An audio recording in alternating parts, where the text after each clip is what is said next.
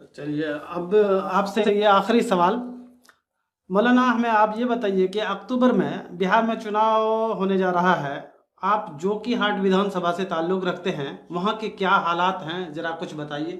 ये बहुत अच्छा सवाल आपने किया है कि मैं जो कि विधानसभा अररिया ज़िला बिहार सीमांचल से ताल्लुक़ रखता हूँ और मैं पार्टी ऑल इंडिया मजलिस इत्तेहादुल मुस्लिमीन जिसके सदर जनाब बैरिस्टर असदुद्दीन अवैसी साहब और हमारे रियासती सदर जनाब अख्तरुल ईमान साहब हैं। हम हमारी टीम पूरी तरह से, हमारी पार्टी पूरे बिहार के अंदर मजबूत है, खुसूसन सीमांचल में बहुत ज़्यादा मजबूत है और इंशाअल्लाह हमें यकीन है कि हम कामयाब होंगे और हमारी संगठन दिन ब दिन लोग इसमें जुड़ते जा रहे हैं और पूरी उम्मीद है कि इंशाअल्लाह हम ज़्यादा से ज़्यादा सीट पर कामयाब होंगे। और दूसरी बात, मैं जिस सीमांचल के जिस विधानसभा से आता हूँ, यहाँ आप चले जाइए, जोकीहाट के सड़कों के अंदर चले जाइए, वहाँ 12 महीने में आप कभी भी चले जाइएगा तो आपको 3 फीट पानी के अंदर आपको गुजरना होगा। मेन सड़कों की यह हालत है। अभी आपने सुना भी होगा कि कोरोना पॉजिटिव जो कि हॉस्पिटल के अंदर 3-4 नर्स को पॉजिटिव उनका रिजल्ट आया है। क्यों ना आए? ये लोग कमीशन खाने से इनको फुर्सत नहीं है। पीपी किट नहीं दिया गया नर्सों को, ग्लव्स नहीं दिए गए उनको, मास्क नहीं दिया गया उनको, और ये आया सब चीज़ यहाँ पर, मगर यह है कि वो बैकडोर से उनकी सप्लाई हो गई, उनको भेज दिया गया।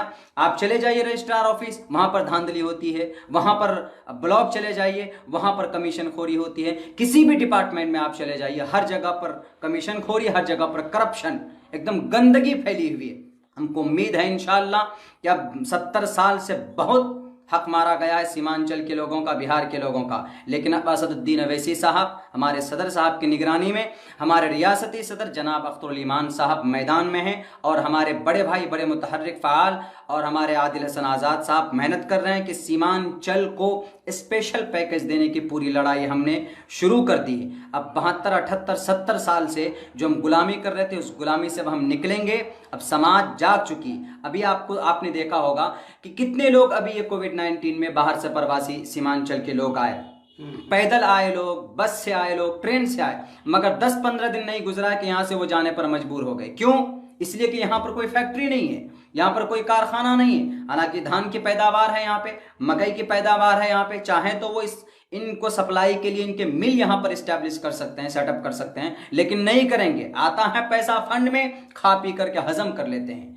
370 के तहत बैरिस्टर असदुद्दीन अवैसी साहब ने एक प्रस्ताव पेश किया लोकसभा के अंदर। आज तक 370 सीमांचल के लोग नहीं जानते थे, मगर यह है कि हमारे बैरिस्टर असदुद्दीन अवैसी साहब ने लड़ाई छेड़ दी है सीमांचल की बदहाली को दूर करने के लिए, और हमारे अख्तरुल ईमान साहब भी एकदम लगे हुए, हम लोग उनके साथ हैं। और आदिल हसन आज़ाद साहब, हमारी पूरी टीम बिहार की, ऑल इंडिया मजलिस इत्तेहादुल मुस्लिमीन की, इस सीमांचल को स्पेशल पैकेज दिलाकर रहेंगे इंशाअल्लाह। वोटों की राजनीति नहीं होगी। अब कामयाबी के लिए, अपने हक लेने के लिए हर एक नौजवान, हर एक बूढ़ा, हर एक माँ मैदान में है। इंशाअल्लाह हकमारी नहीं होगी। ज़्यादा से ज़्यादा तादाद में इंशाअल्लाह हम इस मरतबा इलेक्शन की सीट हासिल करने जा रहे हैं। मजलिस इत्तेहादुल मुस्लिमीन अपने ज़्यादा से ज़्यादा कैंडिडेट उतारेगी पूरे बिहार में और इन लोगों के पोल खोलेगी और हम बड़ी मतों से इंशाअल्लाह कामयाब होंगे। धन्यवाद। हमसे जुड़ने के लिए बहुत बहुत धन्यवाद।